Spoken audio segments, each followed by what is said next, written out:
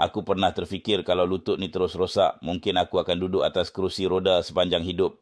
Dulu, setiap kali bangun kerusi lutut aku mencucuk. Nak rukuk, sujud terkunci. Malam-malam berdenyut sampai berair mata tahan sakit. Aku biar berbulan-bulan ingatkan akan baik sendiri. Tapi makin lama makin bengkak. Doktor kata rawan lutut aku haus, tanda osteoartritis. Kalau biar, risiko besar kena tukar sendi. Aku terus takut. Aku bayangkan diri aku lumpuh, tak boleh kerja, tak boleh jalan, tak boleh solat macam biasa. Aku mula cari ikhtiar, dari urut, tuam sampai ke minuman herba. Tapi leceh nak buat hari-hari. Masa tu aku jumpa jus Lenix, gabungan herba tradisi macam tulang gunung, kunyit, halba. Herba yang memang digunakan untuk pelinciran sendi dan redakan radang. Aku cuba 2 kali sehari, koyak terus minum. Beberapa minggu, lutut dah tak sekeras dulu. Nak bangun dah senang, nak sujud dah lancar. Syukur, aku tak jadi lumpuh. Kalau korang tengah hadap sakit lutut macam aku dulu, jangan tunggu sampai terlambat. Ikhtiar sekarang dengan jus Lenix, tekan button order now sekarang.